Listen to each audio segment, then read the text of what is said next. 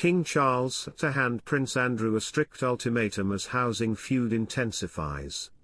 King Charles is ready to hand Prince Andrew a strict ultimatum in their ongoing feud regarding his royal lodge home. The monarch has reportedly been trying to evict the Duke of York for some time and has recently intensified his efforts in the form of taking away his brother's security detail. But disgraced Andrew is said to have retorted to childish antics and refused to leave the royal property, instead choosing to brood in a dark room and refusing to leave.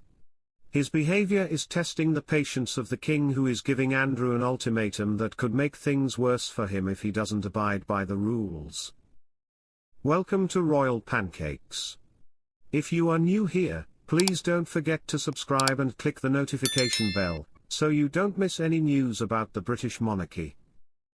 If the Duke of York does decide to leave Frogmore Cottage, which was gifted to Prince Harry and Meghan Markle by the late Queen as a wedding present, could become his new home. King Charles cut off Andrew's security plan in a bid to remove him from the Royal Lodge, but the Duke of York has instead reportedly doubled down. A palace insider claimed Charles' patience is now running thin as Andrew is taking longer than desirable to recognize the reality of the situation. The source told The Times, if he doesn't agree to move to a property better suited to his needs, then the king may have to reconsider the levels of support he is willing to provide. Some have suggested that ex-wife Sarah Ferguson's £4 million Belgravia home could also be a suitable alternative for the Duke and Duchess of York to live in, as it sits empty.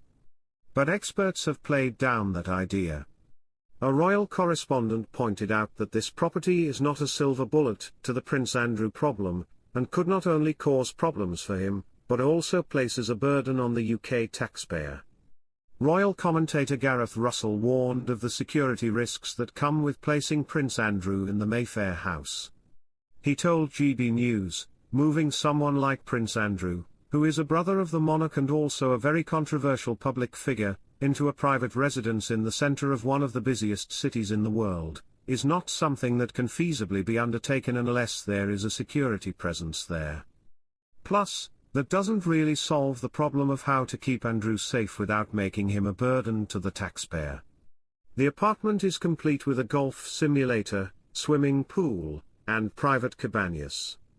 It turns out that the Canadian government was behind the purchase, attaching King Charles' name because the property will be used as an official residence for Canada's Consul General in New York. As Canada is a part of the Commonwealth, King Charles is the country's head of state. Images of the 3,600 square feet property, located on 111 West 57th Street, show regal furniture and decor alongside a huge swimming pool. Canada got a good deal for the property, as the asking price was up at £8.3 million just 2 years ago. West 57th Street is a residential skyscraper in Midtown Manhattan. It is the fourth tallest building in the US as of November 2022. The building is the thinnest skyscraper in the world with a width-to-height ratio of about 1:24. The main part of the building is 84 stories and 1,400 feet in height. Designed by Shop Architects and completed in 2021, the building is one of the prime spots of New York City. One penthouse in the building sold for $53 million in October. Sir Keir Starmer and his wife Lady Victoria Starmer will visit Balmoral to stay with King Charles and Queen Camilla, the Sunday Express has learned. It is tradition for the serving Prime Minister and his or her partner to be invited to join the monarch at Balmoral towards the end of the summer months just before Parliament is back in session. The House returns on September 2 this year. The Prime Minister and his wife received their invitation earlier this month and they accepted, said the source. The Prime Minister's team will update on his diary in the usual way at lobby. According to the source, the Prime Minister and his wife will be offered accommodation in the main castle while their Majesties will reside in their private cottage on the estate, Birkhall. If the Starmers were to stay the Friday night, it is said that the King and Queen will try to accommodate the couple's tradition of observing the Sabbath meal. Rishi Sunak and his wife Akshata Murthy paid a visit to the Scottish castle last year, and was seen arriving at Crathy Kirk with King Charles and Queen Camilla. Sir Keir Starmer and the monarch have known one another for exactly a decade.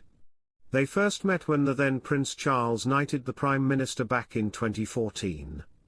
The Premier was granted the honour for his work as Director of Public Prosecutions.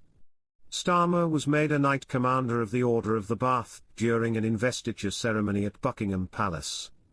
King Charles, Queen Camilla and most of the royal family are already on the Balmoral estate for their annual summer holiday, allowing for the occasional public engagement at the same time.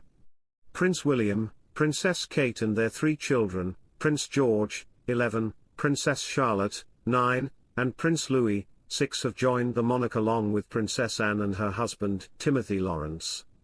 Mike and Zara Tindall have joined with their family for some of the time. The Duke and Duchess of Edinburgh and their children, as well as Prince Andrew and Sarah Ferguson are also in attendance. The Duke and Duchess of Sussex have not been invited.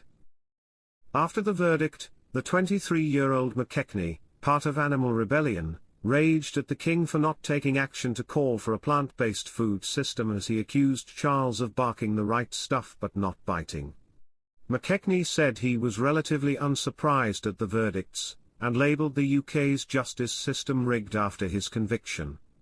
He added, "I don't feel any guilt for my actions, but I don't expect the courts to actually be about justice and truth. It's about maintaining the status quo and it has effectively done that." The 23-year-old also said the Five's message to the king was to call for a plant-based food system if you really care about any of the things you claim to.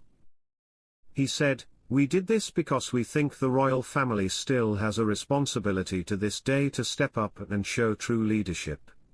If Charles claims to be, a climate-conscious king, he's got to show it, surely. He barks the right stuff, but where is his bite? I'm not seeing it.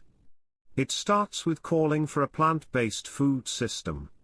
King Charles, that's our message to him, call for a plant-based food system if you really care about any of the things you claim to."